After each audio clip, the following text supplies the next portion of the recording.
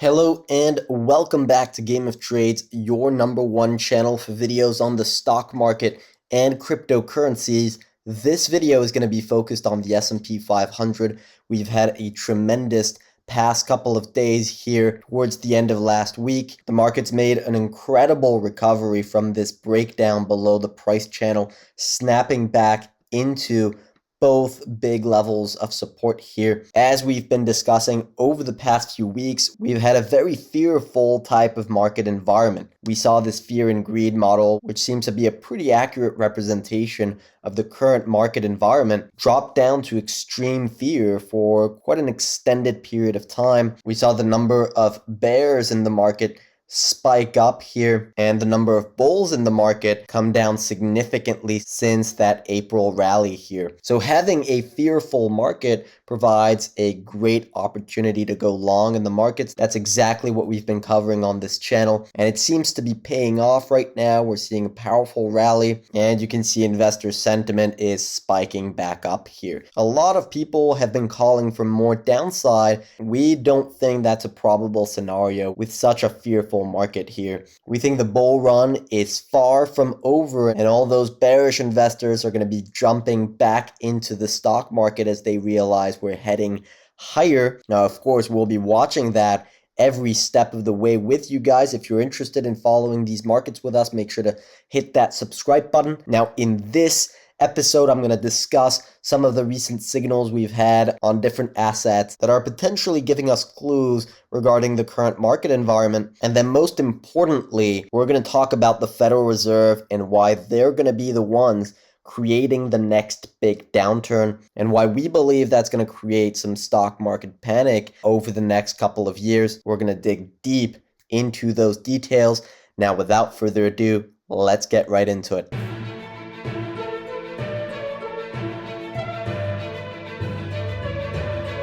All right, so the first thing that I want to talk about is copper. Copper is an industrial metal. Its price tends to go up when the economy is strong, when you're in a booming economy. It's the typical reflationary trade, right? If you look at copper's performance post-COVID here, it went on a parabolic move. Now, obviously, we've got big trends impacting copper, big macro trends that are going to drive the long-term demand for copper higher. But in general, we love to use it as a leading economic indicator. When you have strong copper performance, it tells you the economy is not slowing down, industrial activity is not slowing down, it's speeding up, there's demand, and prices rising. And you can see what's happened very recently here. We've had a big breakout on copper right there. This is a beautiful consolidation pattern, breakout and resumption of the trend. We'll see how this develops. If we begin to see copper prices collapsing, that could be a warning signal, but right now it's breaking out.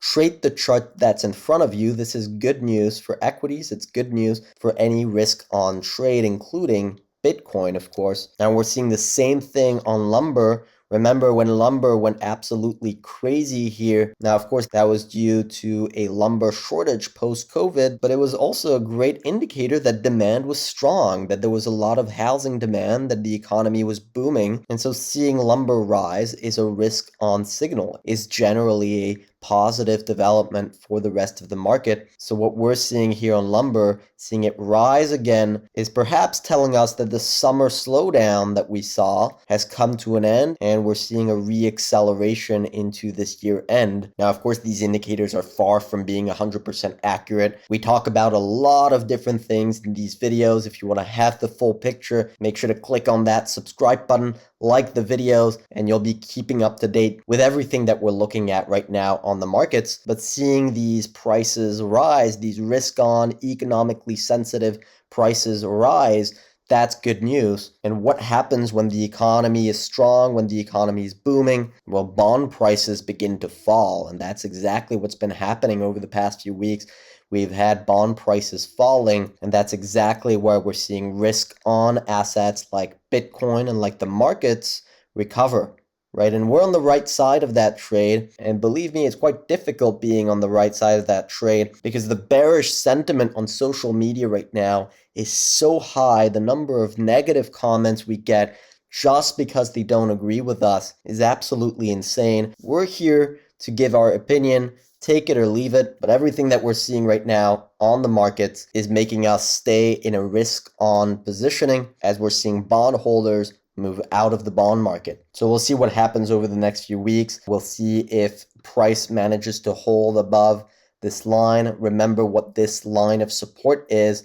It's a very important line of support from this price channel here that we were trading in for quite an extended period of time. If we snap back above it, this becomes a bear trap and you're looking at much more upside. You're looking at FOMO and a short squeeze as all the investors who capitulated here move back into the market. Now, if you're looking to have frequent updates and use our research and analysis as a guide to help you in the markets, make sure to check out our website at gameoftrades.net. We have a brand new website, a brand new look, a brand new design. We have so many features. You can go on the investing tab. And if you're just looking to have access to all our opinions on all different sectors and assets that we're looking at, whether that's short-term, intermediate term, long term. This is an example of the S&P 500 rating from a couple of weeks ago, where our short-term rating was clearly a buy as the markets were bottoming. We do the same thing every week across all assets. And if you're looking for longer term investments, we have the investment ideas tab where you can see all the long-term investment opportunities we've taken a look at in the past and the more recent updates we've made on those ideas. Now, there are so many other features. The memberships are still very cheap for the value that we provide, so make sure to test out our service by getting yourself a free trial. I'm sure that you won't regret it. All right, so now let's discuss the end of the bull run here. All good things eventually come to an end. While we are expecting this risk-on environment to continue as we see this breakout and investors capitulating into the next rally, eventually that's going to come to an end. We're not perma bulls, we're not perma bears. We adapt to the current environment. Right now it's bullish, but it's eventually going to come to an end. And that's exactly what I want to discuss in this episode, why the Federal Reserve is right now trapped. They're going to have to tighten, and they're inevitably going to lead us into a downturn. Now, I'm going to try to explain these concepts as clearly as possible. If you appreciate the education behind this video, make sure to smash that like button. It helps us out so much. Now, this is the first chart that I want to take a look at. It's the 10-year treasury rate and the federal debt as a percentage of GDP. This is an incredibly important chart because you have that blue line, which is the debt to GDP, and that orange line, which is the interest rate on that debt. And you can see there's quite a powerful inverse relationship between those two lines. When you have the federal debt to GDP extremely high, you tend to see interest rates low. And when federal debt to GDP is low, you have interest rates elevated, and so on. And that's the first thing that you need to understand, is that when there's a lot of public debt and not much ability to service that debt, which is the GDP, the federal government needs to keep interest rates low.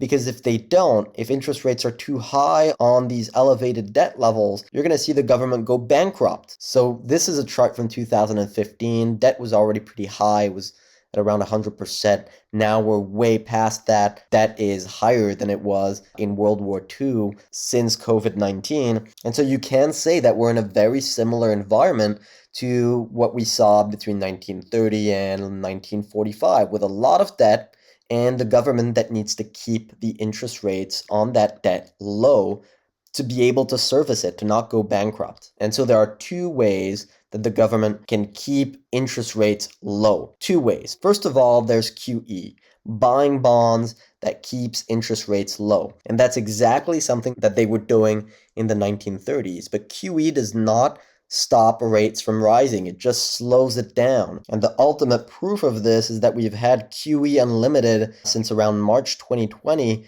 and we've seen rates rise despite QE. So it slows down the trend, but it doesn't stop rates from rising. And the second thing that they can do to keep rates low is to tighten monetary policy. Because when they begin to tighten monetary policy, what happens? You get a downturn and rates begin to fall. That's exactly what happened right here in 2018. They tightened monetary policy in 2018. through quantitative tightening, and you saw rates fall. You saw the same thing in 2007. They were tightening throughout this period, and you get a downturn, a financial crisis, rates fall. Same thing in 2000. They were tightening in 1999. The tech bubble popped. You get a downturn and rates fall. So let's walk through that period in the 1930s and let's see how similar it is to what we're seeing now and whether we can actually predict what's going to happen, because history doesn't repeat itself, but it often rhymes. So it all began in 1929, where you had the Great Depression, a huge deflationary shock that led to a lot of poverty, high unemployment. And so in response to that Great Depression, the government started to make infrastructure plans, to start making stimulus. And so you saw the federal debt to GDP go up. That's exactly what happened between 1930 and 1934. Now, the problem with that is that it creates inflation. And so if you look at inflation rates during the 1930s, right here, this was the deflationary shock of 1929 with the Great Depression. And then you have infrastructure plans, stimulus, and a lot of government spending, and that makes inflation shoot up to 5%. And inflation stayed at around 5% for quite an extended period of time. Now, the problem with that is that in response to that inflation, bondholders were selling their bonds. Why would you be holding negative yielding bonds? It doesn't make sense unless you have a 4% interest on your bond, which was not the case. And so you saw yields begin to spike here. That's exactly what happened here. This is a chart going to the 1930s again, and you've got long-term treasury bonds with that black dotted line, and you see that spike in rates as bondholders sell their bonds. Rates spike. Now, what's the problem with that? The government does not want to see higher rates, because when you've got a lot of debt compared to GDP, if you let treasuries begin to rise too much, you run the risk of going bankrupt. So what did they do in response to those rates rising? The Fed provoked a depression within a depression. And so that created a downturn, yields began to fall, and they were able to continue infrastructure spending, inflating away the debt with low rates. Now, I believe that we're in the exact same scenario as we were back in 1936. We've had a major deflationary shock with COVID. Everyone agrees with that. That's not a debate, and in response to that, we had a lot of stimulus, a lot of infrastructure spending, and that's created inflation. Now, that by itself is not a problem. The real problem is that bondholders are selling their bonds because they have no yield, right? This is the 10-year treasury yield that's at 1.5%, and you've got inflation at 5%. Why would you be holding bonds? It doesn't make sense. And that's why we're seeing bond yields, treasury bond yields, begin to rally here. And I think that trend is going to continue as we head later into the year. We're going to see rates rise. Except remember what the Fed can't do. They cannot let rates rise while the federal debt to GDP is high. And we know that it's very elevated right now. So they have to keep rates low. What are their two options? They have QE, they're already doing that, or they can create a downturn to keep rates low and prevent the government from going bankrupt. Now, of course, none of this is set in stone. We have to see what happens with yields over the next few months.